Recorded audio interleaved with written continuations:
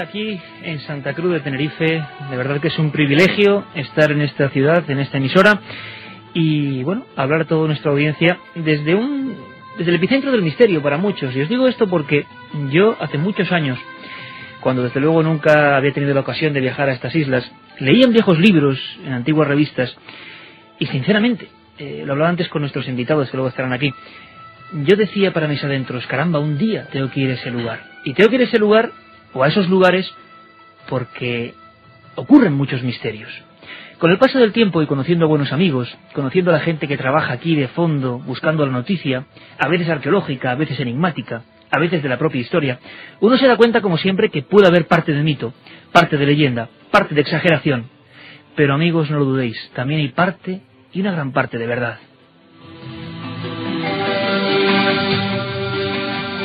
La 1:32, por supuesto, en el resto de España. Tenemos muchos temas. Yo creo que hoy vamos a plantear un programa distinto. Como siempre que Milenio 3 sale fuera, es desterrado amistosamente del estudio 1 de la cadena SER.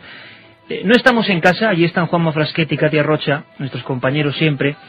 Pero aquí estamos con un montón de gente. Y con gente realmente de calidad. En Radio Club Tenerife para toda España.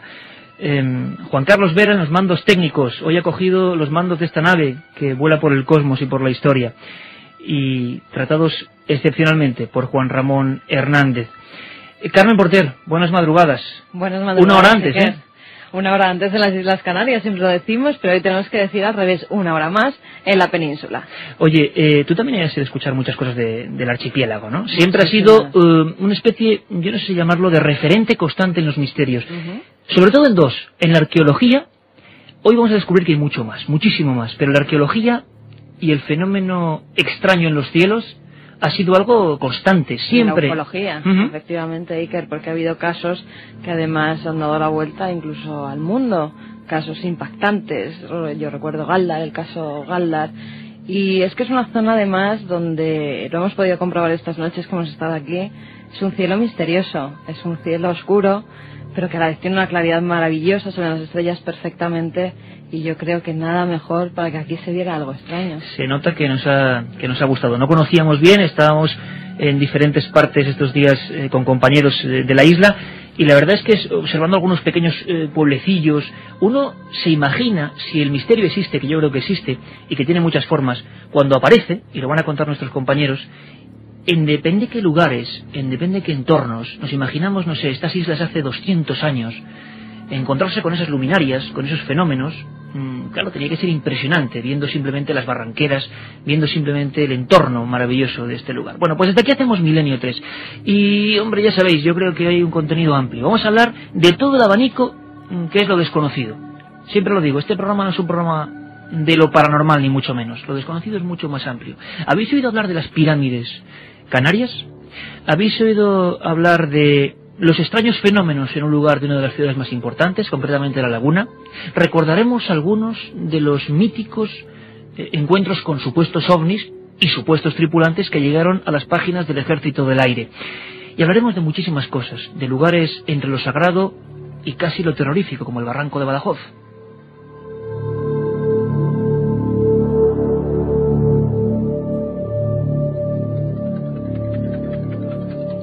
La otra realidad.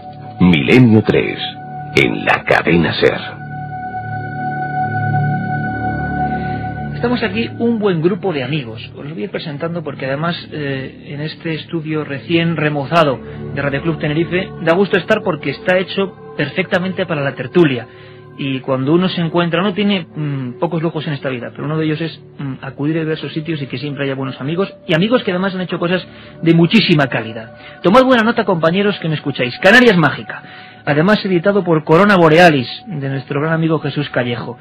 Bueno, pues el nombre lo dice todo, Carmen, y esta noche, más que nunca, hay que acercarse a la Canarias Mágica, y con todo el rigor, ¿verdad? Claro que sí, que además vamos a sortear 5 ejemplares de ese libro de Canarias Mágica, escrito por José Gregorio González, y vamos a sortearlos entre todos aquellos que escriban al 7640, palabra clave milenio. Ya sabéis, líneas abiertas, 7640, palabra clave milenio, y un regalo muy especial, 5 libros de José Gregorio González, Canarias Mágica.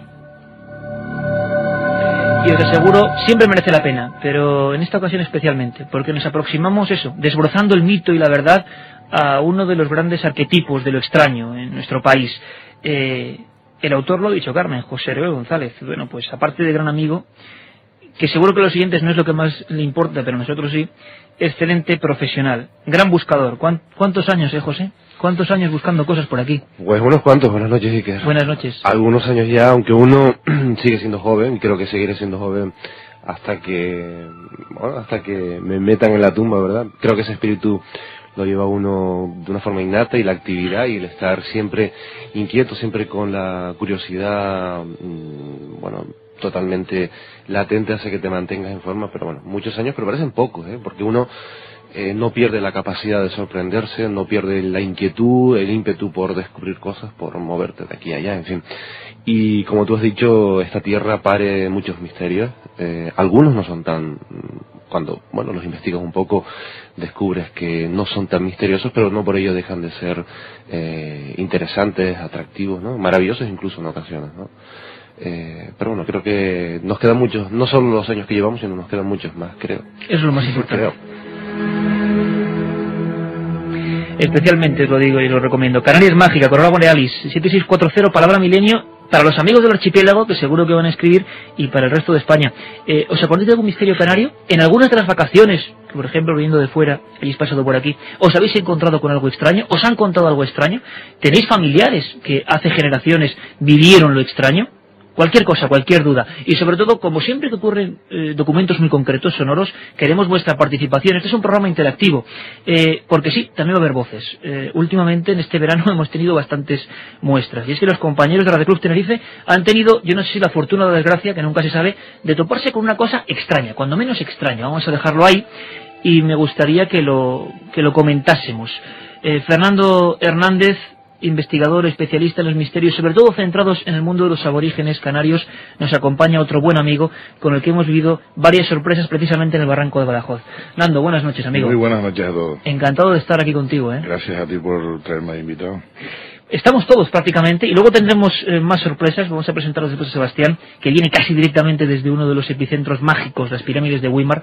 Vamos a conocer más profundamente ese entorno donde ojalá, Sebastián, te saludo ya, buenas noches, amigo. Buenas noches, Iker. Ojalá podamos hacer un día un evento allí desde Weimar, porque será uno de los programas más mágicos, seguro, de la historia de Milenio 3, Te lo aseguro que sí, Pues estamos todos dispuestos, primero, a encontrarnos con un fenómeno, curioso, casual. Carmen, nos llamaban esta misma tarde los compañeros de Radio Club Tenerife. Concretamente lo tengo aquí apuntado el director de contenidos, Carlos Blanco. Y parecía inquieto, ¿no? Parecía inquieto. Algo estaba pasando, Iker. Hace apenas 4 días los compañeros de la cadena SER de aquí habían estado grabando las fiestas de un Cristo, el Cristo de la Laguna, que al parecer es muy célebre. Es cierto, es un Cristo venerado, ¿no? Sí, hay una gran devoción. Posiblemente es la segunda devoción más importante después de la Virgen de Candelaria. Después de la Virgen de Candelaria, ¿no? Virgen también con... Sí, con una historia, no sé si... Aquí cualquier cosa que enseguida es que es lo que te va a pasar, ¿no? Cualquier cosa que nos refiramos enseguida va a ser un misterio, ¿no? Nos faltaba algo de misterio para el Cristo, pero ya lo tenemos ya. Pues sí, porque algo pasó. Los compañeros estaban aquí en el estudio, Luis Dorta, que va a ser con quien hablemos en escasos minutos, y estaban oyendo cómo un compañero desde la iglesia retransmitía cómo sacaban al Cristo, y en un momento dado oyen un ruido extraño. Oyen una especie de... ¿Lo digo o no lo digo? Sí. ¿De lamento, podríamos llamarlo? De respiración. No lo sé, es curioso. A mí lo que me ha parecido... En el estudio sí que lo oyen, pero el compañero que estaba allí en la iglesia no lo oye en ningún momento, Iker. Bueno, pues sería muy sencillo hablar de las cosas clásicas que muchísima gente no conoce y que hay que acercarles a ellas. Pero si estamos aquí es para empezar a contar cosas. Va a haber más sorpresas, por cierto, hoy, de última hora. Más última hora imposible. Cuando el director de contenidos, lo repito, Carlos Blanco, nos llamaba y nos decía, mira, es que esto parece casualidad que vengáis aquí, porque ha ocurrido, no está hecho es profeso, porque viene Milenio 3. Le voy a pedir a nuestro compañero, a Juan Carlos Vera, que ahora sí dejemos sin música el entorno, que todo el mundo ahora... Miles de amigos en toda España están acercándose. Vamos a escuchar, creo que es Noemí, la compañera que estaba realizando esa conexión en vivo. Amigos, vosotros podéis opinar. 7640, palabra milenio. Luego creo que nos van a contar cosas interesantes. Vamos a escucharlo varias veces. Parece que, simplemente es un lamento que podía estar ahí, pero parece más complejo también. Yo pensé en un principio que podía ser un cruce de algo. Es como un lamento, como un estertor muy breve, como de un anciano. Y la reportera no lo escucha. Bueno, vamos a escucharlo y vosotros opinéis como siempre en este programa. Muy bien, bueno, pues por lo que vemos, y como siempre además, la laguna no solamente lo festeja de la forma, bueno, con todas esas actividades que un poco, lo que vemos, y como siempre además, la laguna no solamente lo festeja de la forma, bueno, con todas esas actividades que un poco... Ahí lo tenemos, Juan Carlos, lo hemos escuchado 2 veces, lo habéis escuchado, a mí me suena como un... yo no sé realmente imitar muy bien las voces aparentemente psicofónicas, pero sí parece que no es ningún cruce, que estaba allí, a no ser que alguien se acercase al micrófono. Pero nos da la sensación, Fernando, José Gregorio, que como siempre ocurre con estas voces, sean lo que sean, que aquí desde luego es la noticia que ha ocurrido, que ha inquietado bastante, porque me comentaban que bueno, que la gente se había quedado cuando menos impactada. Parece como otro nivel, ¿no? Se ve en la grabación, pero parece que está como otro nivel. Sí, la grabación es bastante curiosa, no parece responder al prototipo habitual de las psicofonías, que son lejanas, que casi inaudibles en muchos casos, ¿no? Que nos tienen que decir los investigadores lo que... No hay palabras. Exactamente, ¿no? Y a nosotros nos sorprendió, cuando la escuchamos hace un momento, porque se parece a otra psicofonía, o otra incursión, que grabó un compañero precisamente en La Laguna, pues hará 1 año y medio aproximadamente. Y bueno, no sé si a lo mejor en la misma localidad. Sí, es que es curioso, es muy curioso, porque no sé si incluso el trayecto de si esto se produjo en la procesión, no sé si el trayecto podría coincidir o no. Sí. O sea, el sonido es muy parecido, es como un lamento, una especie como de grito apagado, y desde luego, hombre, cabe muchas posibilidades, ¿no? También es posible que a lo mejor entrase el sonido de alguien que estaba allí, ¿no? Pero en cualquier caso es curiosa esa coincidencia.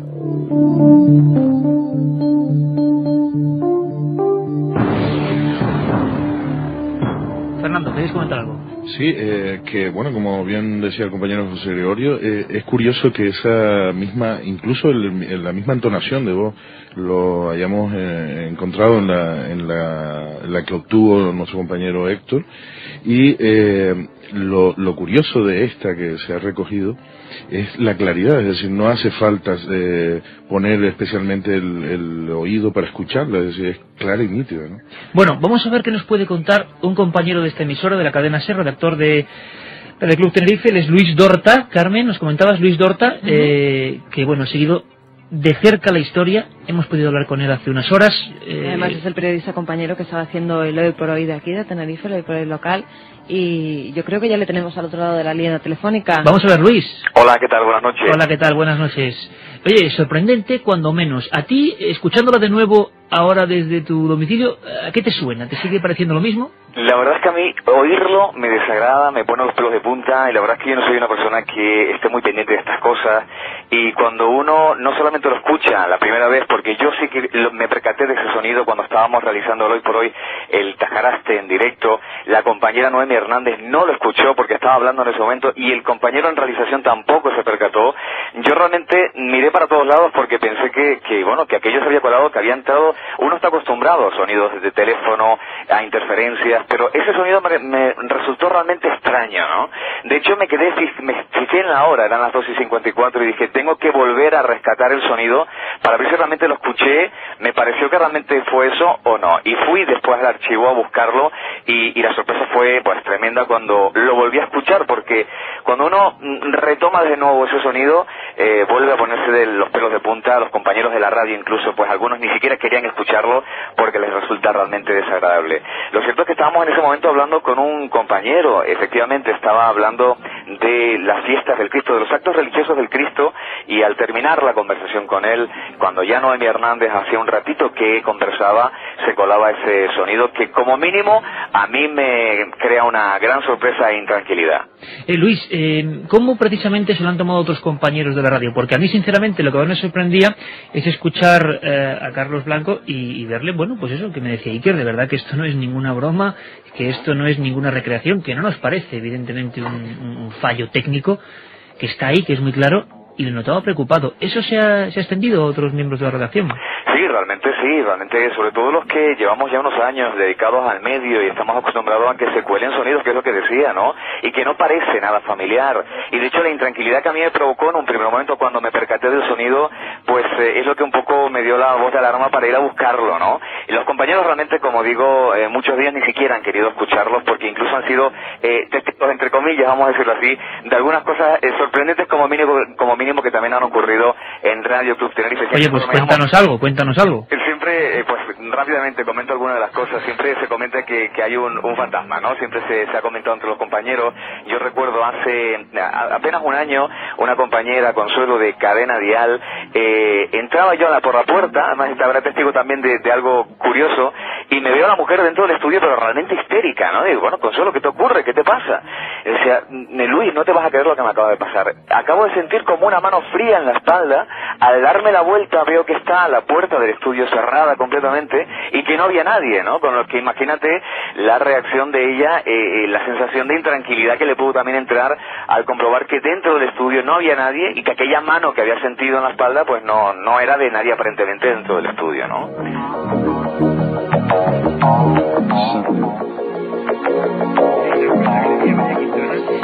Bueno, pues la verdad es que ahí está el documento, ahí está el dato. Y teléfonos que suenan solos, ¿verdad, Luis? También, esa es otra de las cosas que suele ocurrir mucho, y eso sí que pueden dar testimonio prácticamente todos los compañeros. A las 6:30 de la mañana, 7 de la mañana, extensiones de teléfonos que en ese momento pues no tienen a nadie, sobre todo las zonas de la radio que empiezan a funcionar a partir de las 8 o 9 de la mañana, en la que pues está todo apagado a esas horas. De repente suenan teléfonos en los que aparecen los nombres de los compañeros, y con la sorpresa también, por supuesto, de los realizadores que en ese momento están, los primeros que están en la radio. A lo mejor solo se encuentran 2 personas en la radio y escuchan como, bueno, pues son llamados desde los teléfonos de otros puntos de la emisora en los que a esa hora de la mañana no se encuentra absolutamente nadie. Luis Dorta, compañero del Hoy por Hoy aquí en Radio Club Tenerife, muchísimas gracias por este testimonio, este fenómeno que podrá tener explicación, tenerla más compleja, menos compleja, más conocida, más desconocida, pero que cuando menos es curioso y que vamos a volver a escuchar y a ver qué dice la gente. Un abrazo muy fuerte, compañero. Muchísimas gracias a ustedes. Mensajes que nos están llegando al 7640, palabra clave milenio. Hay muchísimos, y que, como sabe la gente de los misterios canarios, yo me sorprendo siempre. Más que Soy nosotros, José de Sevilla. todo, en el pueblo tinerfeño de Adeje hay un barranco que se llama del Infierno. ¿Tiene ese nombre algún motivo especial? Bueno, nuestros compañeros... Pues sí, tiene un motivo especial. En la cosmología aborigen, su mundo mágico religioso, en la isla habían ciertas puertas, digamos, que era entrada al infierno. Y una de ellas es pues el barranco, que hoy se denomina Barranco del Infierno. Antiguamente, pues en estos sitios se denominaban chimiches, era la puerta al infierno, ¿no? Y que después de la conquista, con la cristianización de gran parte de los aborígenes, recibió el nombre de infierno, puerta del infierno. Otro barranco, en este caso el de Badajoz, nos dice: soy de Santa Cruz, he ido al barranco de Badajoz y ahí pasan cosas increíbles, bueno, os lo aseguro. Segunda hora hablaremos del barranco de Badajoz con todos de y más cosas, Carmen. Pues una pregunta que se repite, la de la isla de San Borondón. Todo el mundo nos pregunta que qué hay de esa filmación, que si se ha vuelto a filmar. ¿Hay gente que se atreve a decir que se ha escuchado? No, por el momento no nos han dicho nada. Bueno, vamos a escucharlo de nuevo porque quizás todavía hace falta... Bueno, pues poner más atención. ¿Quién sabe? Ese lamento, esa voz. Ya sabéis que sorteamos 5 libros de Canarias Mágica de nuestro compañero José Reo González. Por cierto, José, ¿algún hecho parecido de grabación espontánea de esta manera en tu libro? No, ¿Sabéis de algo parecido? No, en el libro no aparecen, digamos, recogidos este tipo de fenómenos, pero sí que Canarias no ha sido ajena al fenómeno psicofónico, ¿no? De hecho, creo que es de justicia recordar que uno de los pioneros que trabajó el fenómeno a nivel nacional, pero aquí de una forma especial en Canarias, fue Paco Padrón, ¿no? Justo en la época en la que Argumosa pues trabajaba también el tema, casi lo introducía Argumosa, ¿no? Paco Padrón... Uno de los pioneros en Canarias. Sí, en muchísimas cuestiones, y entre ellas, de hecho, incluso en hablar de estos temas en radio, ¿no? Desde aquí, desde Canarias, en una época en la que era muy difícil, ¿no? Por la situación política, ¿no? Que se estaba pasando, y él investigó bastante, grabó bastantes, incluso en los estudios de radio se le colaron psicofonías en muchas ocasiones, ¿no? Es un fenómeno que no es ajeno a la radio, que por lo tanto, siendo objetivos y echando mano de la lógica, que es lo primero que hay que echar, imagina, bueno, para mí veo ya este entramado de cables y para mí ya eso sí que es mágico, o sea, no sé realmente cómo se transmite el sonido, cómo es capaz de... Y uno dice, hombre, pues en radio tendrá que tener una explicación.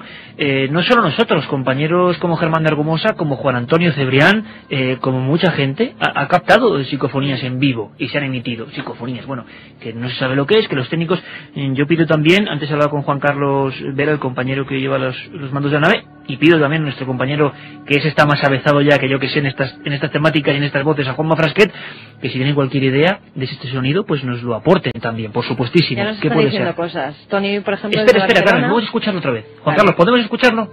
Vamos otra vez con esa grabación, hoy por hoy en Tenerife, Cristo de la Laguna, nos ponemos en situación y, bueno, pasa esto, esta especie de estertor del que luego vamos a comentar un par de cosas. Vamos allá. Muy bien, bueno, pues para lo que vemos, y como siempre además, la Laguna no solamente lo festeja de la forma, bueno, con todas esas cosas, y como siempre además, la Laguna no solamente lo festeja de la forma, bueno, con todas esas, como siempre además, la Laguna no solamente lo festeja de la forma... Vamos a no darle la noche a Luis Dorta porque si le ha impresionado y lo sigue escuchando todo el rato, va a ser algo... Pero fijaos lo que, compañeros, que hay... bueno, haremos comparativas en próximos programas, si os parece, porque no hemos tenido oportunidad de escuchar esto hasta que hemos llegado aquí a Radio Club Tenerife. Me contabais un caso en la Laguna, vamos a repasarlo luego, pero incluso hay célebres casos investigados muy profundamente ya, incluso con intervención oficial de la Guardia Civil y la Policía, como es el caso, imagino que os suena, no ocurre en Canarias, pero es en la península de la Diputación de Granada. Una de las psicofonías más célebres ocurridas en España, más tenebrosas, tienen el mismo tono, sí que luego aparecen palabras, pero el inicio de la voz es así como y es bastante inquietante. ¿Qué dice nuestro público, Carmen? Pues mira, Tony de Barcelona, por ejemplo, nos decía, parece que dice aparta chica. Él escucha eso. Víctor de Madrid, ese lamento que hemos oído es como si dijera vuestra compañera, como diciendo, chica. Chica, o sea, varía gente. Es muy curioso el sistema de los mensajes, porque no hay, o sea, la gente no es consciente de lo que escriben otros, y cuando hay coincidencias, seguimos informándonos, Carmen. Y si hay más coincidencias con la palabra chica. Vale. Bueno, esperamos tampoco dar la noche a Noemí, que nos está escuchando. A quien sí vamos a escuchar, amigos, damos paso a algo que es absolutamente eterno en Canarias, fenómeno ovni. Yo tengo varias preguntas para nuestros compañeros. Esta voz ellos la van a reconocer, casi se puede decir que han crecido con ella, porque hubo una época mítica, como en toda España. Hubo una época mítica en que no sabemos por qué hubo grandes casos de ovnis, grandes testigos y grandes investigaciones oficiales. Si hay un caso que es extraño entre los miles de papeles desclasificados en España del Ejército del Aire, si hay un caso extraño entre los dosieres que aún están ahí en Moncloa, en el departamento referido a la Biblioteca Central del Ejército del Aire del Mando Operativo Aéreo, ese es un hecho ocurrido no en Tenerife, sí en Gran Canaria, en Gáldar, hacia el 22 de junio de 1976. Los soldados de una corbeta, la corbeta atrevida de la Armada Española, son testigos y dibujan una especie de formaciones que surgen del agua.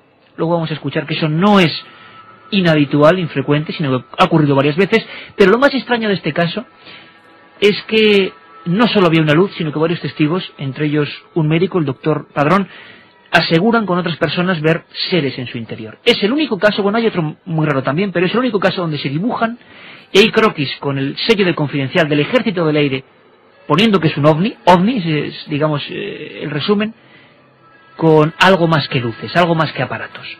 Escuchamos al testigo en las últimas declaraciones realizadas al programa que realiza Javier Sierra con nuestra compañera Carmen Portera en Telemadrid, del otro lado de la realidad. Tienen su jugo. Lo escuchamos. Ese es el testimonio del caso más raro oficial en España por parte del Ejército del Aire. Dos a los lados. Y una vez que se constituyeron las especies de esas consolas, empezaron a surgir acá, en un lado y en otro, dos seres rojizos, enfundados como los submarinistas, igual, lo que era mucho más alto, de 2,5 metros, 3 metros de alto. Sí me fijé una cosa, que tenían las dos manos terminando en punta, como puntiagudas, no tenían los dedos, sino puntiagudos. Uno se miraba al otro. No miraron ni arriba ni abajo, sino mirándose el uno al otro, ni siquiera a los lados. Testimonios clásicos, absolutamente. El caso Gáldar, una gran esfera con humanoides. José Gregorio, el gran caso canario, el más espectacular, el que todavía está sin resolver? Hombre, sin duda es uno de los más controvertidos. Yo diría que el más controvertido de todos ellos. Ocurre en una época en la que también tienen lugar otra serie de avistamientos masivos. Yo diría que quizás por la gran espectacularidad, el ocurrido el 5 de marzo del 79, con abundante material gráfico, quizás causó mayor sensación porque incluso generó debates públicos. Más gente lo vio a la vez. Sí, y debates públicos sobre la seguridad de las propias islas, ¿no? Pero sin embargo ha dado la vuelta al mundo por ese componente de humanoides descrito, eso sí, por un solo testigo, que es el Francisco Julio Padrón León, médico de Galdar, que pasados 30 años sigue manteniendo su testimonio, en el que además hay que incluir amenazas por parte de los militares. Amenazas por parte de los militares son palabras, por supuesto, de él, de ese caso tan controvertido. El documento que vamos a escuchar ahora es importante. ¿Cómo fue la amenaza? ¿Quién la hizo? ¿Amenazaba el ejército a un testigo ovni? ¿Por qué? Lo escuchamos. Bueno, estando yo en el despacho un día normal recetando, me tocaron a la puerta, vino la Guardia Civil, fue al abrir estaba un Guardia Civil, y después estaba el teniente coronel Munay con él. Entraron, me hicieron una serie de preguntas sobre lo que había visto y me hicieron hacer un dibujo más o menos de lo que yo había visto, cuyo dibujo es lo que le estoy diciendo. Pero al miércoles de la semana siguiente, que yo no recetaba ese día, me vino el teniente coronel Munay, tocaron en la puerta, yo le salí, lo pasé a la sala y de pie, o sea, ni se había sentado, me dijo: ¿usted sigue afirmando lo que ha declarado? Yo sí. Mire que si, tomen nota de esto, miren que si nos conviene al ejército, le hacemos a usted pasar por loco y la carrera se acabó. Se fue a sentar y dije: no se siente usted. Me levanté yo que estaba sentado, lo empujé y lo eché. La otra realidad. Fenómenos extraños. Misterios sin resolver. Milenio 3. En la SER.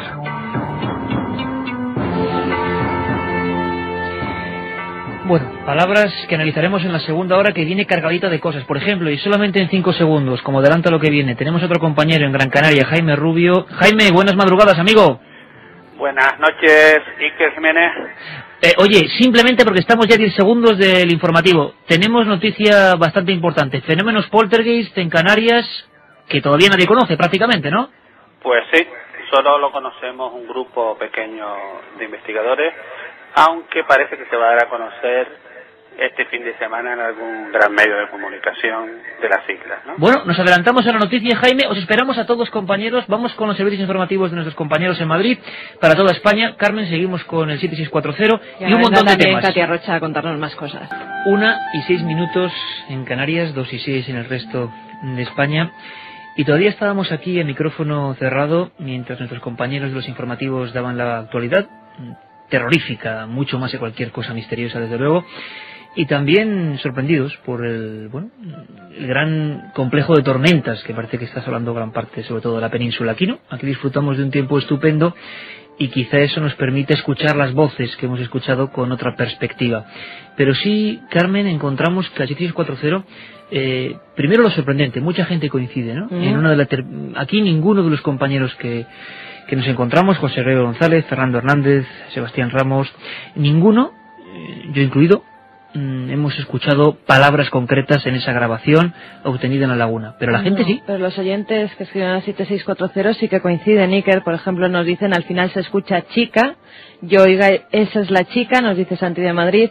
Hola, soy Calpe94 y me parece escuchar: esto no es una chica. Yo oigo: hey chica, ¿qué es esa chica? Pablo de Asturias nos lo dice. Hola, soy Ángel de Zamora, yo entiendo fuera chica.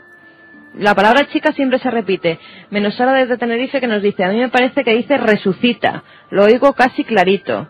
Y nos dice también que hablemos de Catalina, fantasma del Museo de Historia de Canarias. Y vamos a dar paso a un compañero que se encuentra en Gran Canaria, que es Jaime Rubio, y que antes de terminar la conexión de la primera media hora nos hablaba de 2 casos que están por salir. y hoy queremos conjuntar lo antiguo. Hablábamos del caso de los ovnis de Galdar, vamos a hablar de las pirámides de Weimar, vamos a hablar del barranco de Badajoz, pero claro, la noticia está ahí. Jaime, compañero, buenas noches otra vez. Buenas noches, Iker. Oye, ¿nos podrías contar más o menos, y lo que se pueda contar a estas horas, que están aquí todos los compañeros casi con lápiz y papel, qué es lo que ha ocurrido, qué es lo que vamos a saber a nivel público dentro de unos días? Pues mira, después del viaje que hice este verano por Europa, me llaman de un despacho, digamos, de una altísima instancia aquí en Canarias, para comunicarme que se estaba investigando 2 casos de fenómenos extraños o poltergeist en 2 edificios públicos de Las Palmas de Gran Canaria. Aquí todo el mundo recuerda el caso que ocurrió en los juzgados de Gran Canaria. Ajá. Hace muchos años, ¿no? Pero bueno, no se trata de ese edificio ahora, sino de otros 2. Uno, el Conservatorio de Música de Las Palmas de Gran Canaria. Conservatorio de Música de Las Palmas de Gran Canaria. Para que la gente lo sepa, ese conservatorio se ha construido sobre los restos de un enorme convento franciscano del siglo XVI, en el cual había en el interior un pequeño cementerio, que cuando se hicieron los trabajos arqueológicos pues se descubrieron los restos de la gente que estaba enterrada allí, ¿no? Jaime, antes de pasar al siguiente recinto, y casi en titulares, ¿cuáles serían los fenómenos que se han denunciado hoy y que se estaban investigando oficialmente? Pues uno es este. ¿Pero qué tipo de fenómenos se escuchaban? Pues mira, resulta que los guardias de seguridad, al cerrar por la noche el edificio, han constatado que se sigue oyendo, por ejemplo, como alguien toca el piano o el cello, y entonces han ido a ver a la habitación correspondiente, y cuando la abren no hay nada.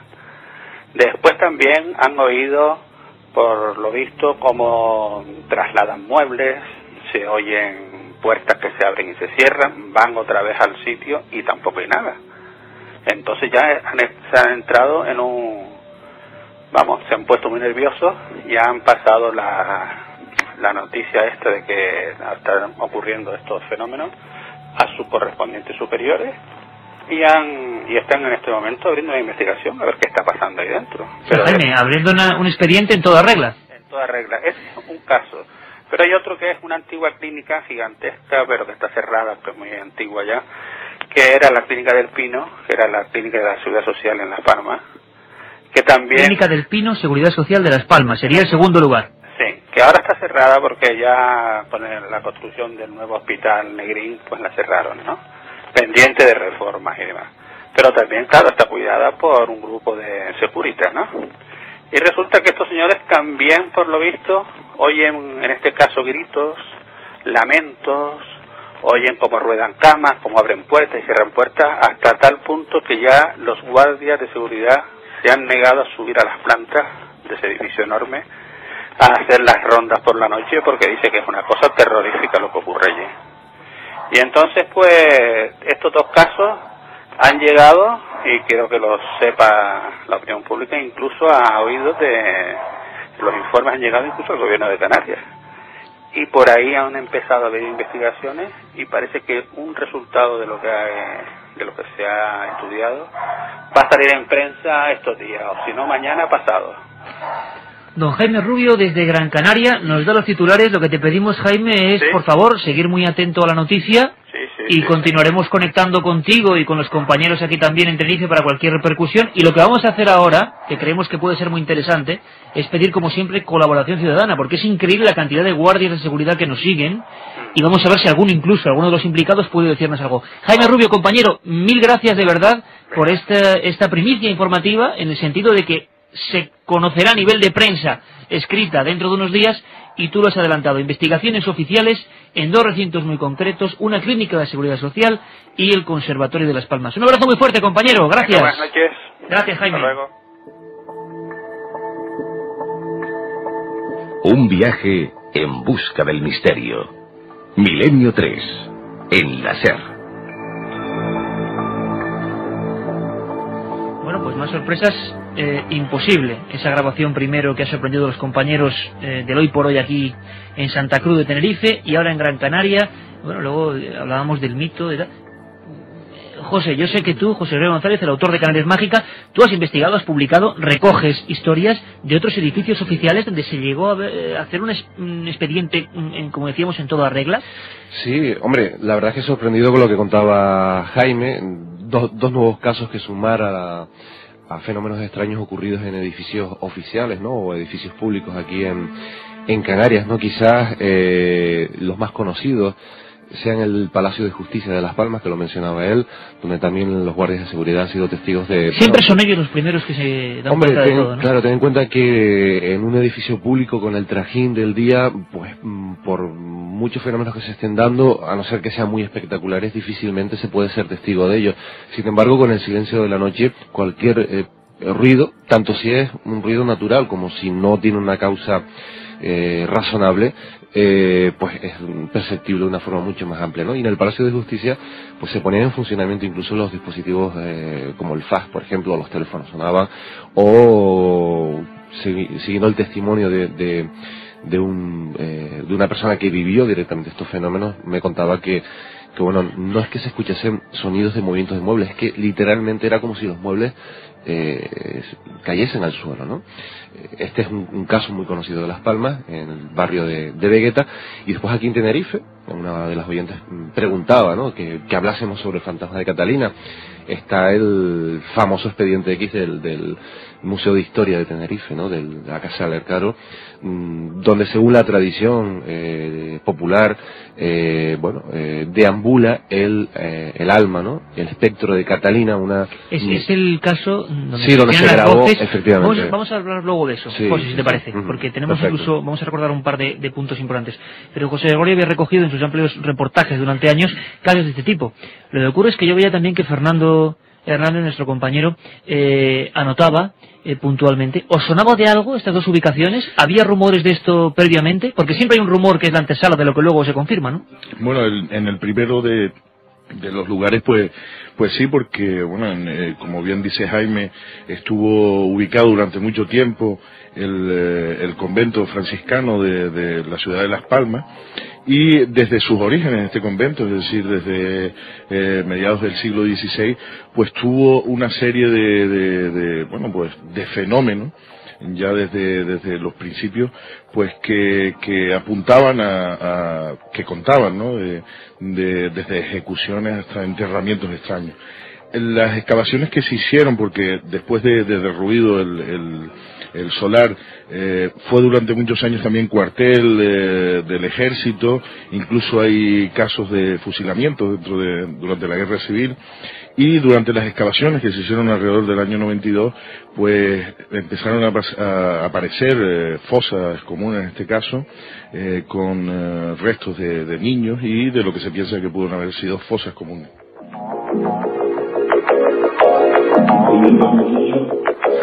Estamos hablando de palabras mayores porque en el fondo son historias que se repiten cíclicamente y sinceramente luego, como periodistas que somos, lo que deja cierta impronta de, iba a decir impotencia, ¿no? Es ver cómo esto sigue su camino, incluso a nivel de expedientes que siempre acaban sepultados entre otros expedientes y otras cosas, que al final no sabemos nada, pero la noticia está ahí, son la 1:16 aquí en las Islas Canarias, 2:16 en la península.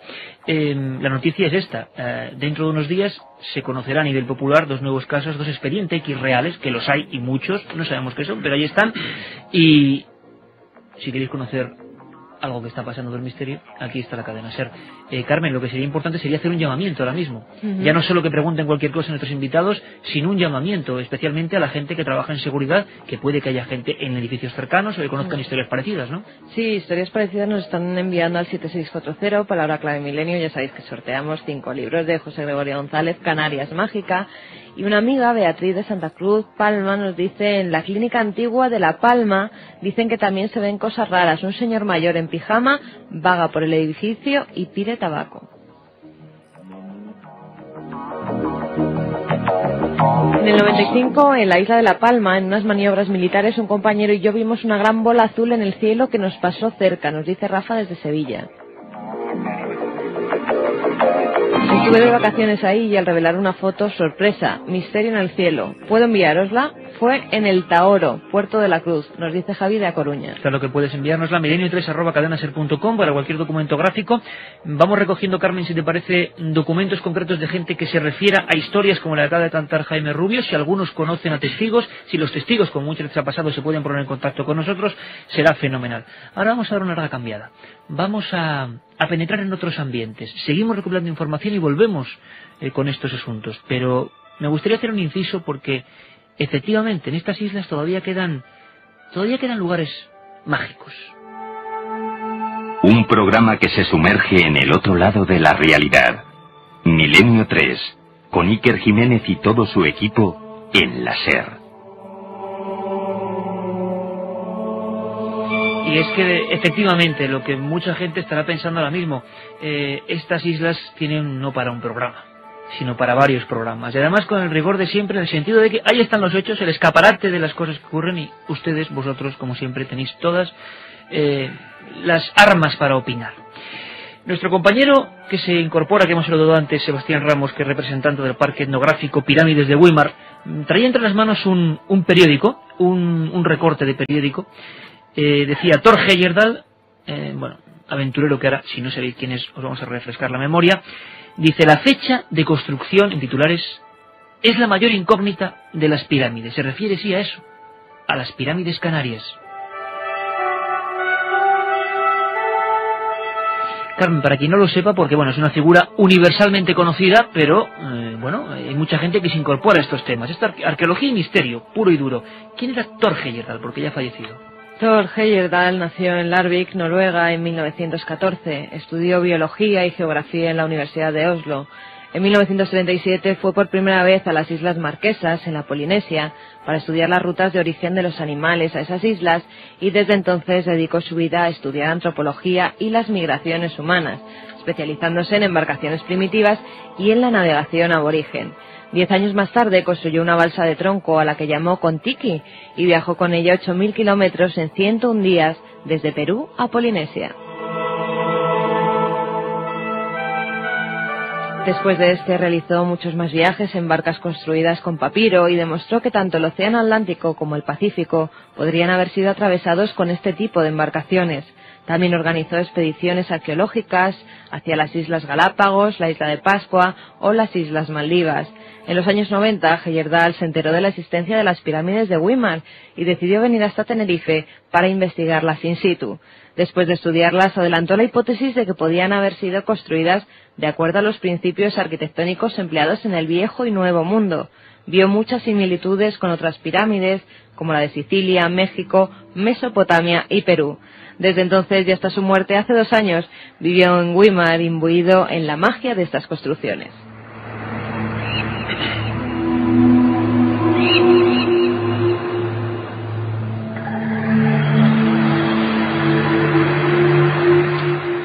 Ayer paseábamos por ese recinto, donde además, hay que decirlo, nos atendieron maravillosamente. Yo lo había conocido hace 5 años, justo precisamente con José Gregorio y con Fernando Hernández. Lo vimos de noche, de otra manera, también con su magia, pero ayer paseábamos por el interior, merece la pena. Sebastián Ramos, representante aquí en Milenio 3 hoy del Parque Etnográfico Pirámides de Weimar, todo un aventurero, Thor Heyerdahl, que se enamoró de eso que tenemos aquí, ¿no? Tanto fue así que él comentaba que donde él realmente había sido feliz, una persona con su trayectoria, galardonada con multitud, ¿no?, de cuestiones por presidentes, por universidades de todo el mundo, y él decía que donde él realmente había sido feliz en su última época era aquí en Tenerife y en Weimar concretamente. Primero porque había encontrado su último gran descubrimiento, que fue las pirámides de Weimar, y luego porque se sintió enamorado de la magia de esta tierra, ¿no? Que también es importante. Sebastián, ayer escuchábamos con Petra, la compañera alemana, que nos explicaba cada paso. De verdad que nos quedamos muy impresionados, no solo por las pirámides en sí, que ahora vamos a intentar describir gráficamente, sino por toda la reconstrucción de las embarcaciones de Heyerdahl, el gran aventurero, el que intentó demostrar que en la antigüedad, que mucho antes de Colón, había viajes interoceánicos. Estoy convencido, Sebastián, aunque os parezca difícil quizá aquí, que hay miles de personas en la península y en otras partes a través de Internet que no han oído hablar de las pirámides de Weimar. Y a mí me gustaría, como ayer, delante de ellas, que a toda la audiencia de Milenio que te escucha, nos dijeses qué se puede ver ahí, por qué es importante, por qué es singular. Bueno, las pirámides de Weimar, dentro de lo que está el parque etnográfico, hay 6 estructuras piramidales, 3 de las cuales son lo que nosotros llamamos el complejo principal de pirámides de Weimar. ¿Por qué lo del complejo principal? Porque lo unen 3 pirámides que están orientadas tanto al solsticio de invierno como al solsticio de verano, y tiene lo que más a Thor le llamó la atención dentro de lo que es el parque, que era la plaza ceremonial, ¿no? Esta plaza ceremonial es común a todas las pirámides escalonadas del mundo. Aparte de todas estas cuestiones, tienen solamente una rampa de acceso a la parte alta, ¿no? Parte alta que es totalmente llana. Bueno, que se utilizaba, pues, eran como templos, por decirlo de una forma, no eran pirámides como tumbas, sino como templos, ¿no? Para adorar al sol. Entonces, estas escaleras, que solamente están en la parte, digamos, este, y que sale hacia la salida del sol. Esto es común también a todas las pirámides del mundo, ¿no?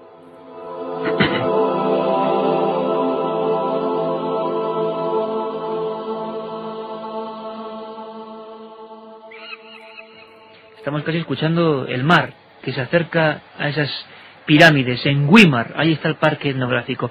Fernando Hernández, como toda esta hora que llevamos casi de programa, está tomando notas. Fernando, tú que también eres un especialista en el asunto y el estudio de los aborígenes canarios, ha habido polémica, ahora seguiremos describiendo lo que podemos encontrar en Weimar. Ha habido mucha polémica entre diferentes personas, diferentes instituciones incluso, porque lo que nos contaba Sebastián es casi mágico, alucinante, y la muestra de algo muy desconocido. Pero hubo gente que decía que no, hubo gente que decía que eso simplemente eran prácticamente cascotes recopilados por los agricultores, ¿no? Es curioso, sí, que, bueno, la argumentación que la parte oficial, por así decirlo, sobre las construcciones piramidales de Weimar, pues argumentan que fueron limpiezas hechas en el terreno, y que para esa limpieza se construyó estas formas que, para el que no lo haya visto, son unas construcciones impresionantes. Es decir, llevan más sobreesfuerzo hacer ese tipo de construcciones que apartar o desechar el terreno para el cultivo. Están las piedras perfectamente, pero aquí no encajadas, sin ningún tipo de argamasa. Efectivamente. Varios pisos, ¿no? Además, es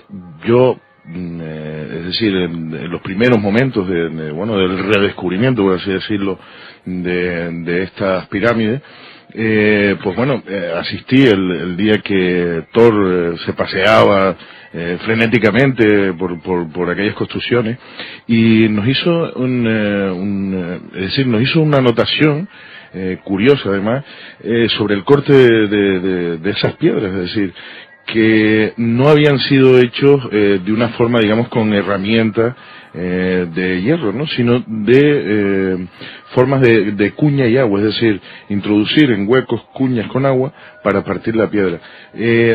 Hay distintos aspectos dentro de estas construcciones que se podrían rebatir frente a la posición oficial de que si son pirámides, es decir, si son un complejo religioso o simplemente una limpieza para agricultura.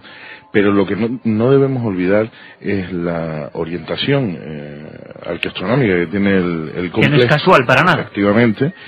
Y después otro dato para mí, el decir que esas pirámides la construyeron los guanches, a lo mejor es un poco aventurado, ¿no? Pero como decía Robert Bowell, que las visitó en unas jornadas que se realizaron en el parque, no es decir que la construyeron, sino que realmente sabían para lo que era y las utilizaron en su ceremonia. Sebastián, datación, ¿tenemos datación concreta? ¿Hay alguna herramienta que pueda decirnos cuándo fueron alzadas? Desgraciadamente no. Ahí tienes el periódico, que un poco es la pregunta, ¿no?, del millón. Lo que sí se han encontrado son restos arqueológicos debajo de una de las pirámides, ¿no?, de la pirámide número 1, ¿no?, enumeradas como tal. Esta datación da, en los estudios de carbono 14 que se han realizado, una datación aproximadamente del 680 al 1020 después de Cristo. En todo caso, época aborigen. Lo que es indudable es que 700 o 800 años antes de que los castellanos llegaran a Canarias, en la zona de pirámides de Güímar, habían guanches viviendo. ¿Para qué se utilizaban? ¿Tenéis alguna teoría concreta? Porque se habla de sacrificios, de rituales. Sobre todo, la idea eran que eran templos para la adoración al sol. Esa, igual que todas las pirámides escalonadas en el mundo, ¿no? Se utilizaban simplemente, o por mucho, ¿no?, como templos de adoración al sol. Esa es un poco la idea que hay. Por lo que te comentaba antes, es decir, los guanches eran adoradores del sol.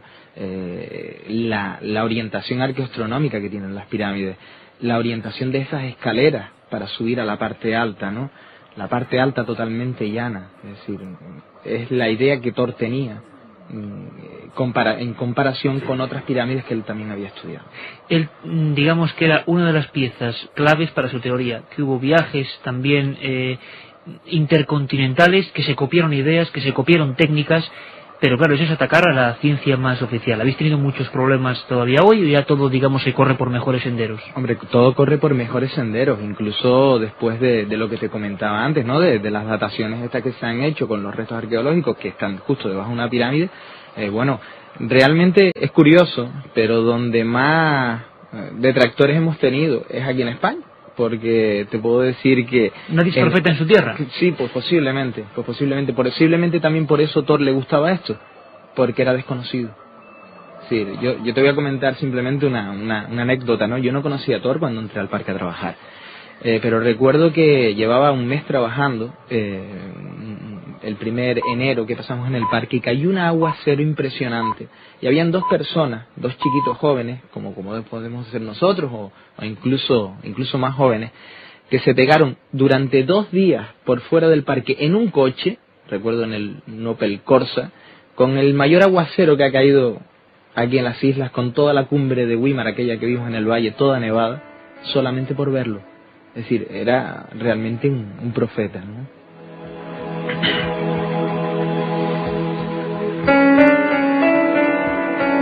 Pirámides en Canarias. Nuestro compañero Fernando hablaba de redescubrimiento, porque eso estaba completamente abandonado, entre ramajes, es decir, una cosa que nadie se daba cuenta y teníamos la joya arqueológica, antropológica ahí, ¿no? A mí me gustó mucho lo que dijo Fernando y estoy totalmente de acuerdo. Es decir, digamos que a partir que llega Thor, nosotros lo solemos decir y te lo dije ayer en el parque, creo, se le da rigor científico a lo que es Pirámides de Güímar. Ahora, eso siempre ha estado ahí.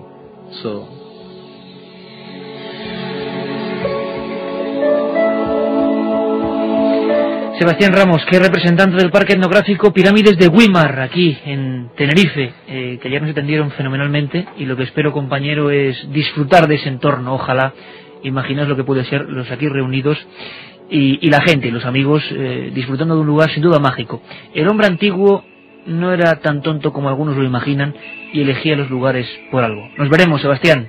Muchas gracias. Un abrazo y un saludo muy fuerte a toda la gente que componéis, a la directora también, por supuesto, que nos escribió, ¿verdad, Carmen?, hace mucho tiempo, Milenio 3, por esa labor que en definitiva es cultura, y mostrar que ahí están los misterios, a veces mucho más cerca de lo que creemos. Un aventurero mundial, reconocido en todo el planeta, Thor Heyerdahl, creyó en ese misterio. Habrá que creer también nosotros, ¿no? Oye, José Gregorio, Canarias Mágica, 7640 palabra milenio. Carmen, imagino que habrá habido muchas teorías. Sí, ya va a entrar a Katia para darnos algunos de esos. Bueno, Katia, quiero en el estudio 1 me decía que no quería estar en el estudio 1, en penumbra, porque es muy grande, está muy sola. Yo no sé si podemos conectar con ella en unos minutos, que nos cuente cómo está la gente. También Pirámides de Güímar, imagino, una parte... Sí. ¿Hay otras pirámides? La pregunta sería esa en las islas. Claro, yo creo que esa es la clave, ¿no? La pista que nos puede conducir a encontrar un lazo con el mundo aborigen, ¿no? Y es el hecho de que se han descubierto, o redescubierto, mejor dicho, ¿no?, pirámides, estructuras piramidales en otras islas, ¿no? ¿De la misma manera?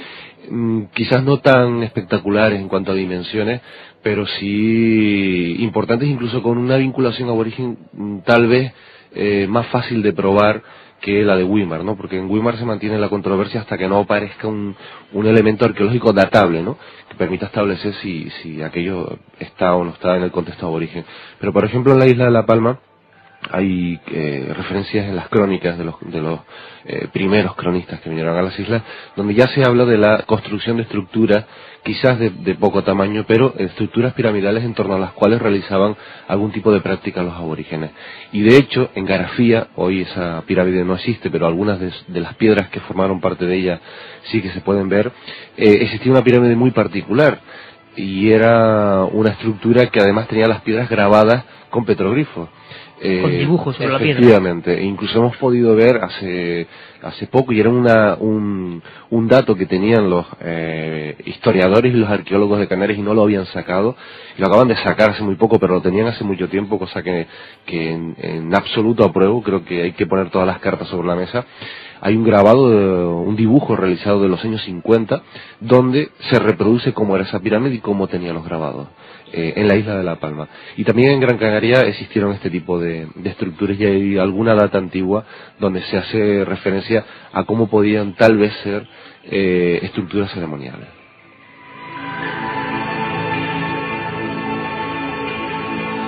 Pues hoy estamos haciendo un viaje por todo tipo de misterios, esos aborígenes de los que nos hablaban nuestros compañeros Sebastián, José Arroyo y Fernando, que también tuvieron sus particulares encuentros con el misterio, y desde hace mucho tiempo, con misterios en los cielos, en la tierra, casi a flor de piel. Conectamos con el estudio 1 de la cadena SER en Madrid, nuestra casa habitual, donde estará también vigilando todo atentamente nuestro compañero Juanma Frasquet, y donde está Katia Rocha. Katia, buenas madrugadas. Buenas madrugadas a todos. Estoy sentada en tu sitio, además, lo siento. Bueno, Iker. estás usurpándome el lugar, eso es. Sí, esta es la silla donde también siente Iñaki Gabilondo, José Ramón de la Morena, a ver si se me pega algo. ¿Cómo aprovechas de Katia? Por supuesto, el estudio está totalmente a oscuras, y la pecera ahí donde estamos Juanma y yo también está a oscuras. Como debe ser. Oye, a ti, ¿qué os ha parecido? Yo no sé si Juanma tiene también alguna opinión, porque me interesa siempre su Juanma criterio. Frasquet quiere que la escuchéis al revés, porque dice que al revés igual puede sonar algo. Me lo estaba diciendo desde que la pusisteis la primera vez, y yo desde luego, pues lo que me pasa con todas las psicofonías. Claro, Katia, y además estáis grabando el programa allí, ¿verdad? Sí, porque sí, nos por están supuesto. diciendo, tú lo verás en los mensajes, que durante el programa, mientras nosotros hablábamos, estaban escuchando una especie de lamentos o de voces por detrás. Eso puede ser también, hay que decir que Qué claro, tenemos todos los micrófonos abiertos, y que pueden ser muchas causas, ya escucharemos. De todas maneras, le pido a Juan Carlos Vera, nuestro técnico hoy en Radio Club Tenerife, que si podemos luego preparar, si se podría emitir eso. Es complicado emitirlo al revés, ¿no? Porque claro, lo tenemos en formato de corte. A lo mejor Juanma desde Madrid puede hacerlo. Bueno, si podemos hacerlo, que nos lo comuniquen. Si no, lo haremos la próxima semana, pero ya veremos qué se puede hacer, porque desde luego es una tarea importante. Katia, ¿qué cuenta la gente? Me interesaría mucho si hay documentos de gente, guardias de seguridad, personas en torno también al asunto que nos contaba Jaime Rubio, y a esas voces también que grabaron los compañeros aquí en Cadena SER Tenerife. Sí, bueno, hay muchos oyentes pues que opinaban sobre las psicofonías, y habría muchos, es cierto, que decían algo como "hay chicas", o que lo ha leído Carmen antes, y también hay un oyente que dice que la explicación que le da es que las psicofonías, a través de las ondas, rebotan en moléculas orgánicas interestelares. Bueno, un teórico. Esto yo lo estoy diciendo, no sabemos si estamos diciendo tonterías, porque como no entendemos, igual nos está tomando el pelo este oyente, o igual es una explicación totalmente científica. No tiene por qué, los oyentes son siempre respetuosos. Hay otro oyente, Marian de Alicante, nos dice que cree que es arameo, no parece castellano. Las que yo grabé dice que son increíbles, que se las tenemos que pedir al señor Frías y que vamos a alucinar. Ajá. Bueno, pues ya claro. Y hacernos con estas psicofonías. Hay otro oyente de allí de Canarias que dice que le regalaron un loro canario, que lo dejó en su habitación porque le daba un poco así como de miedo, lo dejó así apartado, y al día siguiente se lo encontró dentro de la cama.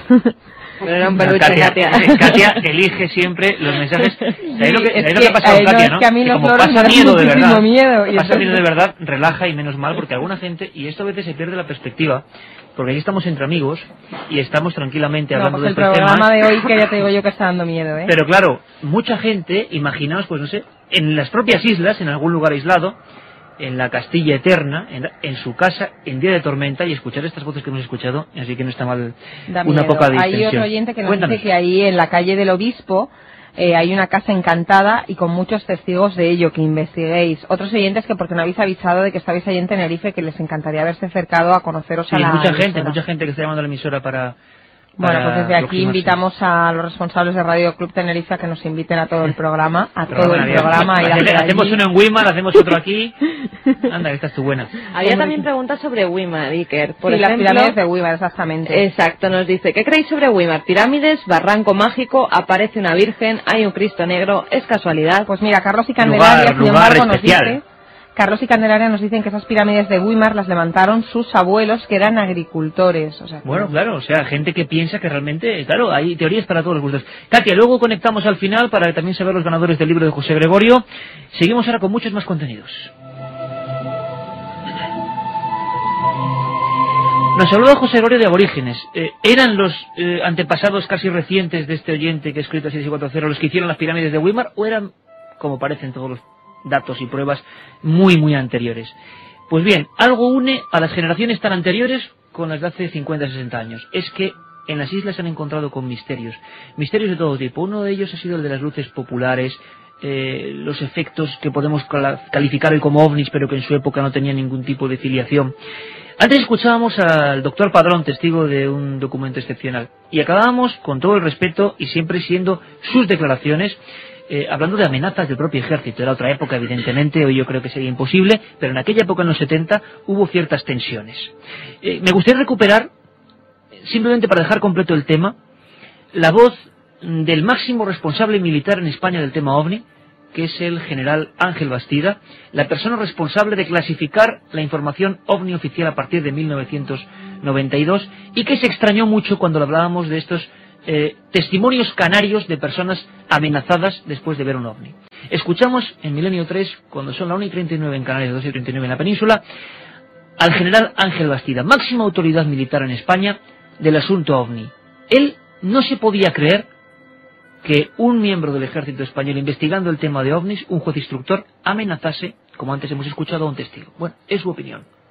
No lo sé, en aquella época era joven teniente a las órdenes del capitán Munaiz, que era todo mi jefe de escuadrilla, y bueno, había que preguntarle al entonces capitán Munaiz si eso es cierto, fue así, realmente lo interpretó de otra forma. A lo mejor ante el hecho de clasificar las cuestiones quería asegurarse de que no salía a dominio público la experiencia del señor Padrón. No lo sé realmente. A mí me cuesta porque si ves los expedientes desclasificados, el que le tocó desclasificar a Munaiz está tratado con especial cariño, con propuesta incluso de crear lo que no hubo nunca, que fue una oficina de investigación en el Ejército del Aire. La otra realidad. Milenio 3, en la cadena SER. Vamos a ver si hemos escuchado bien, José Gregorio. Tema OVNI, tú hiciste tu primer libro, si no recuerdo mal, era OVNIs en Canarias. Sí. Me hablas, o habla aquí en concreto el general Ángel Bastida, de un juez instructor del Ejército del Aire. Hablamos de documentos reales, no de yo he visto, tú has visto, yo creo no. OVNIs en los papeles oficiales del Ejército Español, que a raíz de unos casos en Canarias y a raíz de un juez instructor canario se intentó hacer una comisión dentro del ejército para investigar ovnis. ¿Qué fue eso? ¿Qué pasó con eso? Bueno, eso no prosperó. En varios de los informes que realizó este juez informador, Munaiz proponía al final, porque algunos de los casos que él informó no tenían una explicación convencional, sino como los definía como fenómeno aéreo no identificado, como FANI, que ese era el término que se utilizaba en aquella época, y proponía la creación de un comité que valorase, que estudiase esto con mayor profundidad, pero eso nunca prosperó. Supongo que había otras prioridades, o tal vez, quizás a unas instancias un poco más altas, se estaba trabajando también. ¿No convenía quizás ahondar más en ese misterio? En ese tipo de casos al menos, es posible. Carmen, estamos recibiendo mensajes, y ahora me lo vas a leer, de gente que ha grabado psicofonías similares en el museo, también en La Laguna, ¿no? Bien. Hace año y medio, en Milenio 3, en madrugada del domingo, y ese es nuestro horario de 3 a 4, y es de temporada con muchísimas secciones nuevas y sorpresas, dábamos una noticia. Un compañero también investigador canario, Héctor, compañero vuestro, hizo un reportaje en la prensa canaria de unos sucesos, la Casa Lercaro se llama así, ¿no? Bien. Vamos a recuperar un momento del pasado, vamos a viajar a medio minuto del pasado, porque un tal José Gregorio González nos informaba de lo que estaba pasando, de lo que era noticia en aquel momento. La tradición de fenómenos extraños en esta vivienda es muy antigua, o sea, desde mucho antes de la apertura del museo, ¿no? De hecho tiene esa fama, ¿no? Y no solo este edificio, sino uno muy cercano, que está situado apenas a 20 metros de distancia, que es la actual sede del Consejo Consultivo, pues también es un foco permanente de fenómenos extraños, pero muy conocido en la ciudad de La Laguna, es decir, forma parte de un poco de la historia popular, ¿no? Eras tú, hace año y medio, informando Sí. de un tema y te sigues manteniendo y sigue estando la historia ahí. ¿Se sabe algo más? Evidentemente, nos seguimos manteniendo porque o sea, es inherente a la ciudad de La Laguna la historia del fantasma del Museo de Historia, ¿no? De la Casa del el Arquero. retrato robot de ese fantasma? Sí, mira, básicamente Supuesto fantasma. la gente que, no, ya en este caso no solo hablamos de seguritas, sino también hablamos de visitantes del museo, incluso de otro tipo de trabajadores, pues siente presencias, escucha ruidos extraños, pero se ha llegado incluso a ver siluetas, y en este caso siluetas que aparentemente son femeninas, deambular por la casa. De ahí, incluso antes de que fuese museo, fue farmacia militar, fue facultad también de la universidad, tuvo diferentes usos, y esa tradición viene de antiguo, no es actual, no es solo del museo, aunque actualmente se siguen dando casos. O sea, el típico caso, José, de edificios que tienen la leyenda, Claro, sea con cual sea su independencia, ubicación efectivamente. y el negocio o la institución que hay ahí, ¿no? Pero además es que esa calle es curiosa, ¿no? Bueno, La Laguna en su conjunto yo diría que es una ciudad fantasmal en el buen sentido de la palabra, ¿no? Para los amantes de este tipo de cuestiones, porque en el museo, perdón, en la sede del Consejo Consultivo, que está a 20 metros, también están estos casos. Incluso se habla de disparos, incluso de algún guardia de seguridad que se vio apabullado por la aparición de un espectro.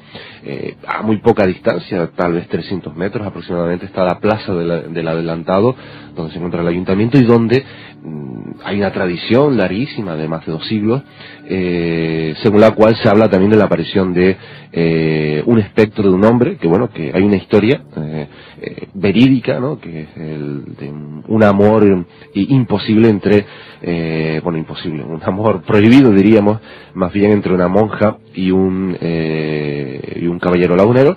Hay una fuga de por medio y en fin, al final muere ajusticiado el caballero, ¿no? O sea, bueno, y que el espectro Siempre vaga por muerte allí. violenta. Sí, incluso también un poco siguiendo por esa vía, pero ya en otra zona también de La Laguna, uno de los casos más recientes que también ha trabajado Héctor Pérez Fajardo, bueno, es también el de en torno a un parque abandonado, también apariciones y sonidos extraños. Claro, Incluso en este caso el lugar más aportes. activo, sin duda alguna, digamos, desde luego. Hombre, en este terreno, digamos, fantasmal, sí. O sea, es curioso cómo quizás también es una ciudad antigua, donde hay edificaciones que tal vez se prestan a que la gente un poco imagine o crea, incluso los propios materiales con los que están construidos tal vez invitan a que se escuchen ruidos extraños, a lo mejor por el crujido de las maderas, y que después la imaginación haga el resto, ¿no? Me comentabas, José, de gente ajena al lugar, visitantes, turistas que Sí, también hablan, claro. y si no recuerdo mal, una figura, un espectro, un lo que sea, una alucinación, un ser, quién lo sabe, nosotros desde luego no, que hacía un camino fijo, incluso, yo recuerdo ese dato, ¿no?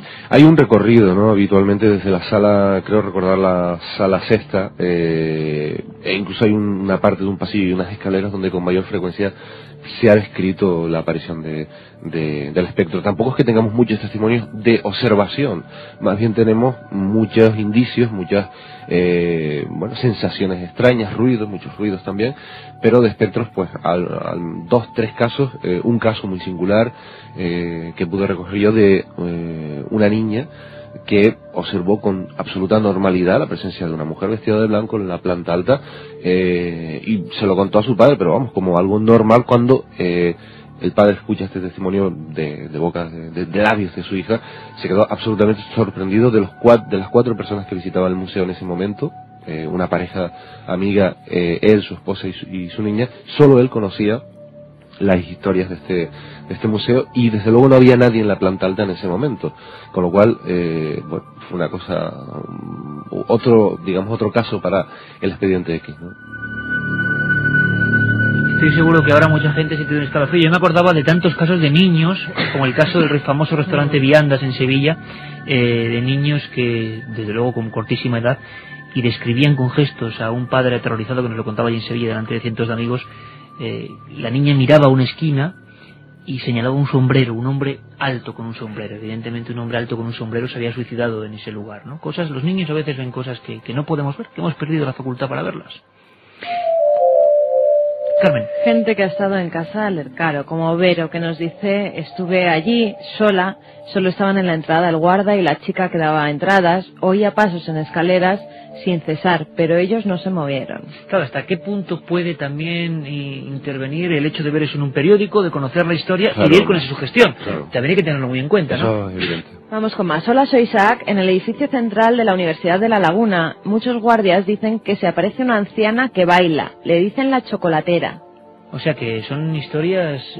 aquí lo bueno, y no voy a decir lo bueno y lo malo, ¿no? Lo bueno es que con esta vía de contacto podemos conocer historias y por supuesto pondremos en vuestra disposición cualquier noticia, porque la gente además es especialmente responsable que dan sus teléfonos, envían sus datos. Sí. Claro. Mira, Manuel, por ejemplo, nos dice: buenas amigos de Milenio 3, soy uno de los chicos que recogió la psicofonía en el Museo de Historia de Tenerife.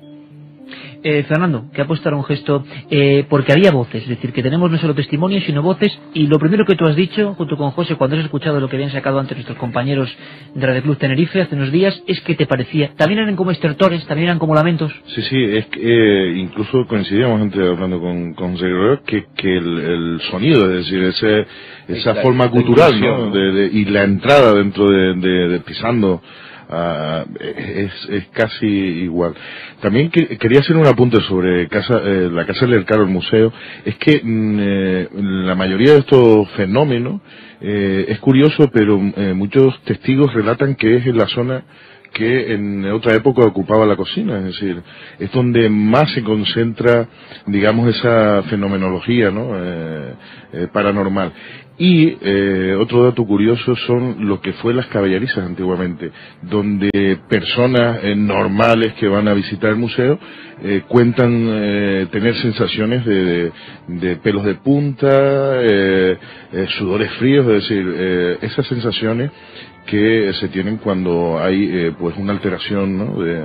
de estos fenómenos, ¿no? Ese termómetro o esa personal alarma que no se mide ni se pesa ni se puede hablar de, pero que todos tenemos dentro, ¿verdad? He dicho pelos de punta y fíjate, porque Dani, por ejemplo, sí que los tiene ahora mismo. Me acaban de poner los pelos de punta porque estoy buscando aparcamiento por la calle San Agustín, donde está el Palacio Lercaro. Me muero de miedo. Esto es lo que pasa en Milenio 3, amigos.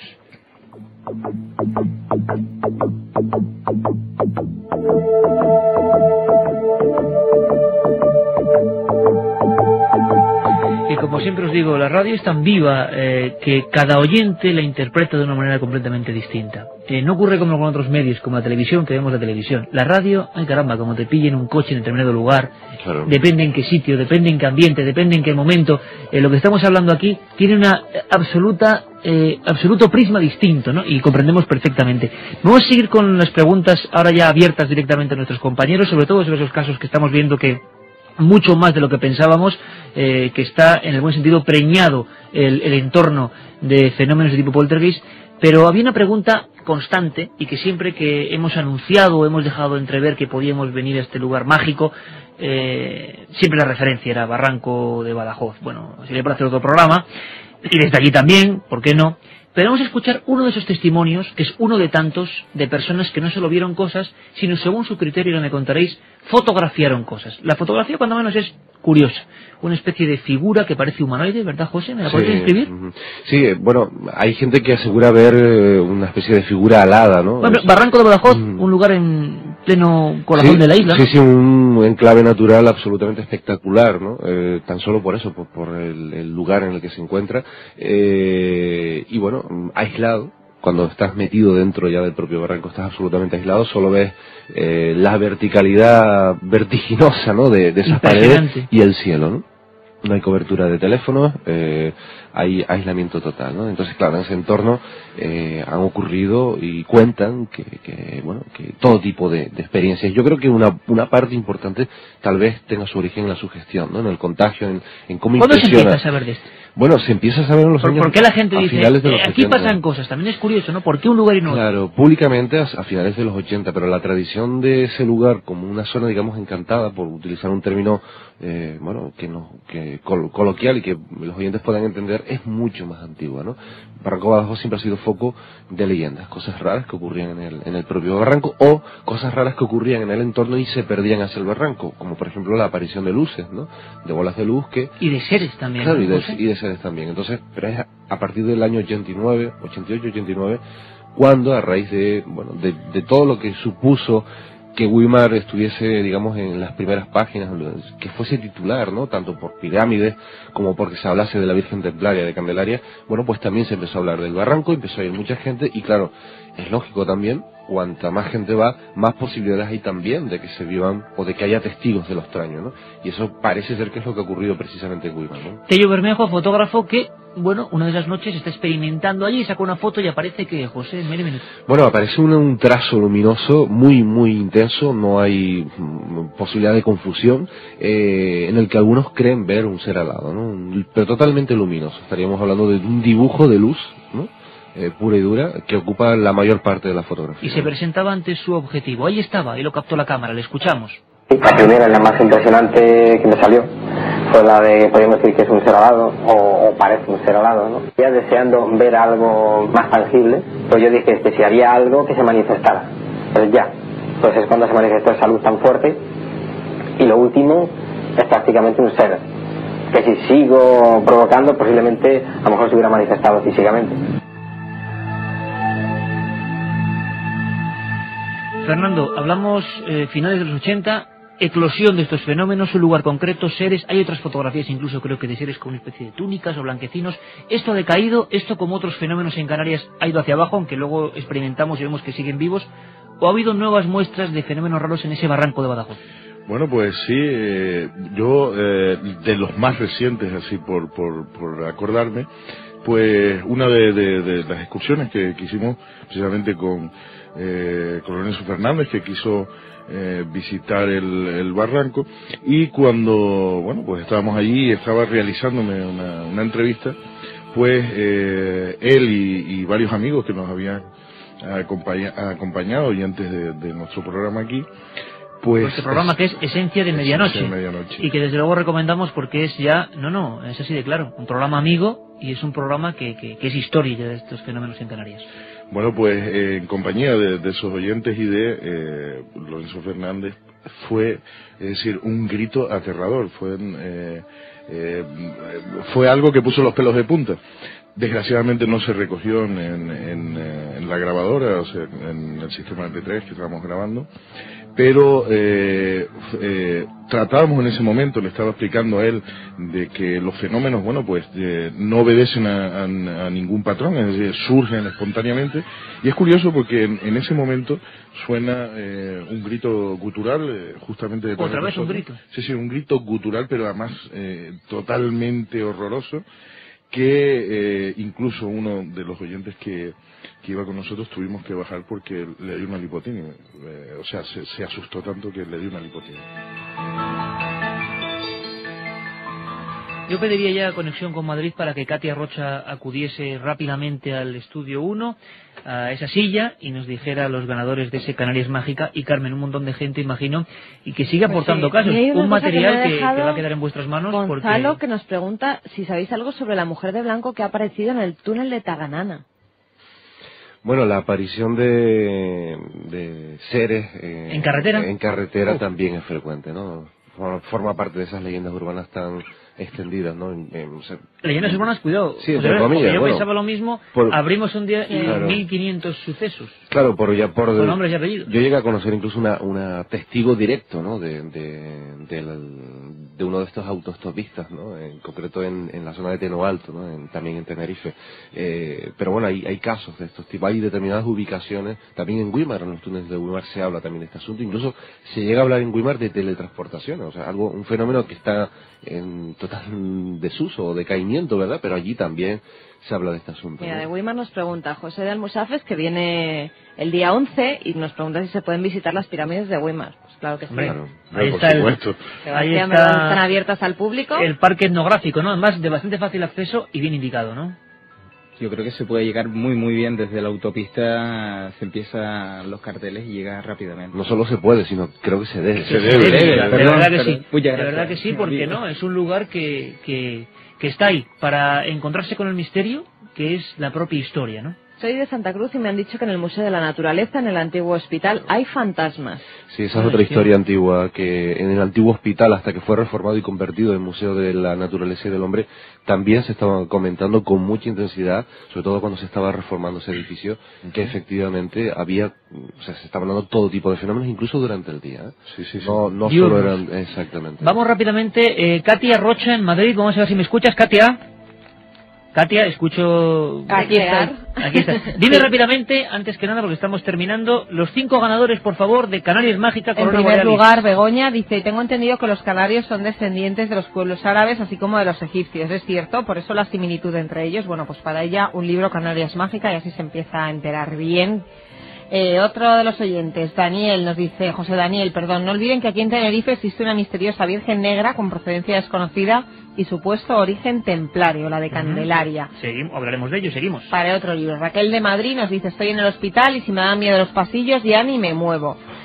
Carlos también nos habla de la Candelaria, era el email que leíamos antes. Las pirámides de Guimar las levantaron nuestros abuelos, agricultores. Para él, le ha tocado a él el que ha hecho la pregunta. Libro, por el sorteo le ha tocado a él. Y el último ganador es una oyente de Gran Canaria también, Ale, que dice que hay de cierto en la historia del árbol de Casandra en la presa de las niñas. Bueno, pues para él este quinto y último libro, y prometerme que nunca más me vais a dejar aquí sola en el estudio. Prometido. No, la próxima vez te traemos, Katia. Un abrazo, Katia, muy luego, fuerte, un beso y un abrazo muy fuerte a nuestro capitán de nave del misterio, como siempre, Juanma Frasquet. Aquí estuvo Juan Carlos Vera y en toda la logística Juan Ramón Hernández.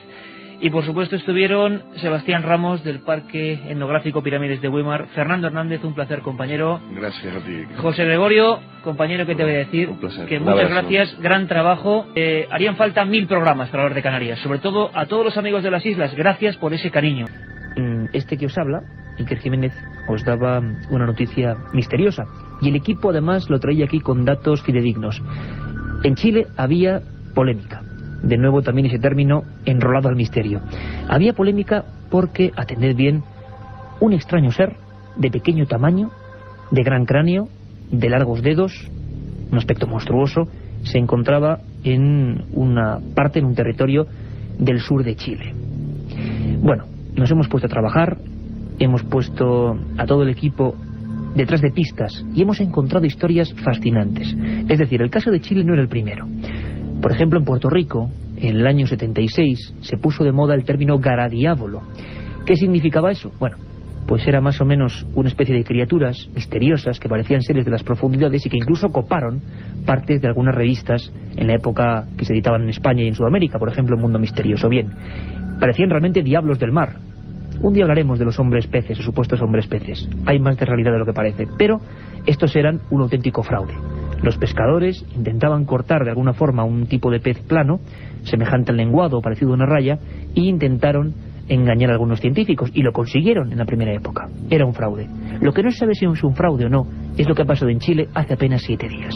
Una criatura que parece un feto, parece un niño, que está fosilizado, o mejor dicho, momificado, sería la palabra en sí mismo, y que tiene la típica imagen que todos hemos recordado o visto en la literatura fantástica de lo que sería siempre supuestamente un extraterrestre.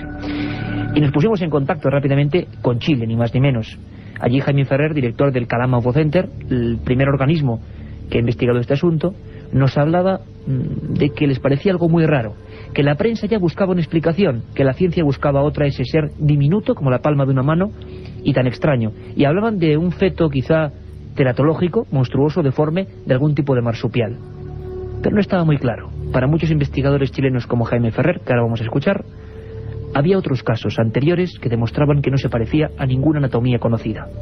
Ahí está con ustedes Jaime Ferrer. Yo he investigado 3 casos con características similares y resulta de que este tipo de seres son bastante reales.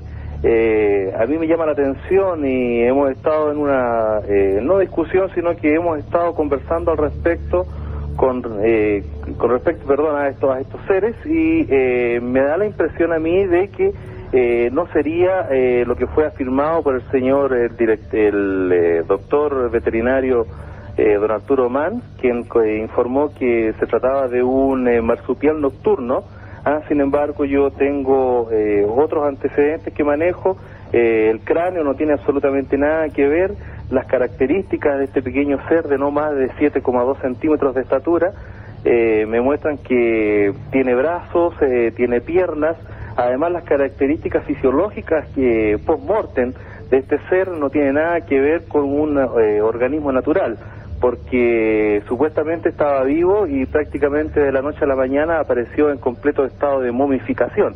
Entonces eso es totalmente atípico, pero para mí no resulta algo nuevo, porque esas características también las he visto acá en pequeños seres que lamentablemente la gente que los ha hallado le ha producido cierta repugnancia, porque no son agradables a la vista, y simplemente los han tirado a la basura. Nuestro magnífico técnico, Jorge Martínez, y buen amigo, sostiene ahora mismo en sus manos unas fotografías del ser de Chile y me mira un poco espantado, tengo que decirlo así, a estas horas de la noche, y es que el bueno de Jorge Martínez, con este que os habla, con Iker Jiménez y con Carmen Porter, estamos envueltos de esa penumbra que siempre creamos aquí, en el estudio de la cadena SER.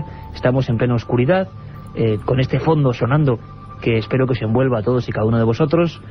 Y la verdad es que Jorge, como decimos, tiene entre las manos las fotos y ahí está el misterio. Un ser pequeño que no se parece a ningún animal que nosotros conozcamos, que se aleja de esos marsupiales o incluso monitos del desierto, que es una de las teorías que nos contaba Carmen Porter la semana pasada, cuando esto era noticia recién salida de Teletipos. Bueno, yo creo que los que sois amigos de Milenio 3, y cada vez por fortuna sois más, los vemos cada día en milenio3@cadenaser.com, en vuestra cantidad de correos electrónicos. Los que sois amigos de este programa os dais cuenta de que a veces las explicaciones que se dan a bote pronto cuando ocurre un misterio pues no son muy creíbles, porque luego, bueno, sabemos igual 20 años, 25 años después, cuando se desclasifican estos informes, que no era lo que nos decían. Lo hemos visto en Belmed, ¿verdad?, en las caras de Belmed, lo hemos visto en un montón de casos. Y hablo de Belmed porque hablo de España, y hablo de España porque aquí también han ocurrido fenómenos de este tipo. Me vais a decir que bueno, que de dónde sacó eso. Bueno, pues parece ser que en 1989, en un bosque de Girona o de Gerona, toda una familia se encontró con lo que se dio a conocer en la prensa en la época como el gnomo de Girona. Se dijo que podía ser un feto de rinoceronte teratológico.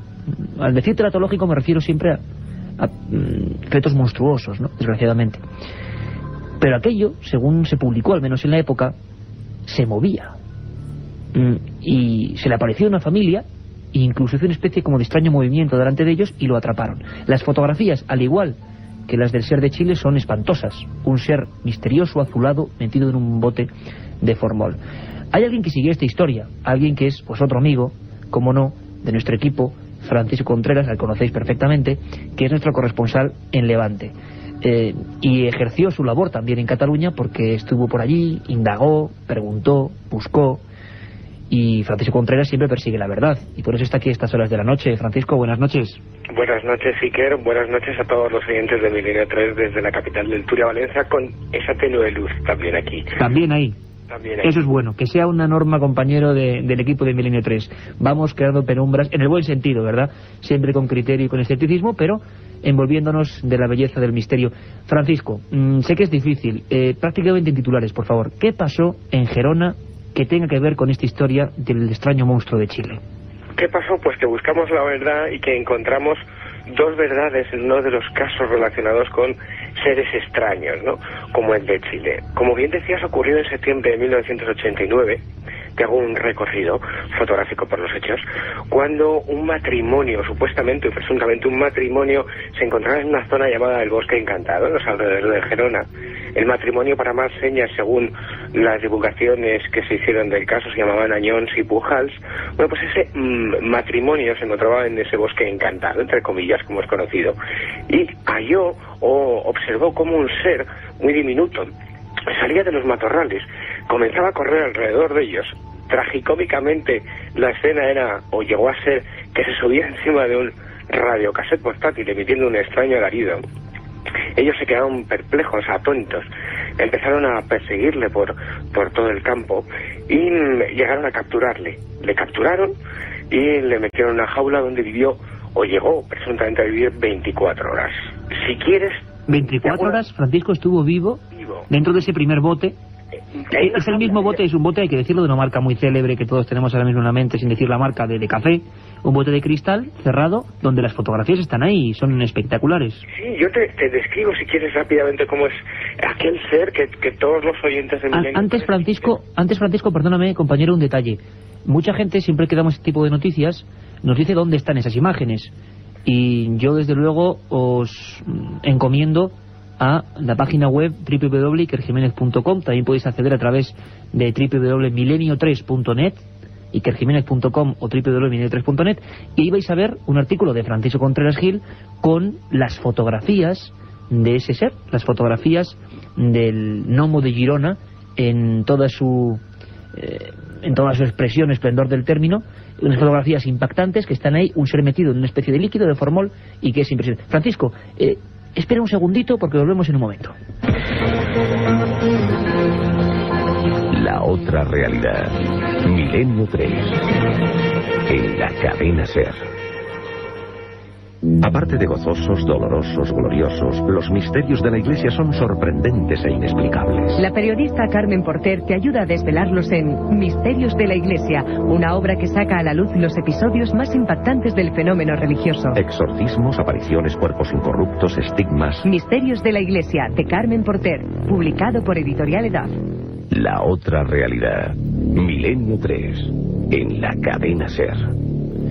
En esta semioscuridad del estudio 1 central de la cadena SER en Madrid, en conexión con Valencia, con nuestro corresponsal Francisco Contreras, seguimos hablando de ese gnomo de Girona. No ha sido el único caso, aumentábamos lo de los garabiábolos, y también incluso, año 78, Playa Arendira, en Puerto Rico, una especie de tronco extraño que parecía, sinceramente, el de un extraterrestre, que al final tampoco subimos nada, los informes y el objeto se perdieron.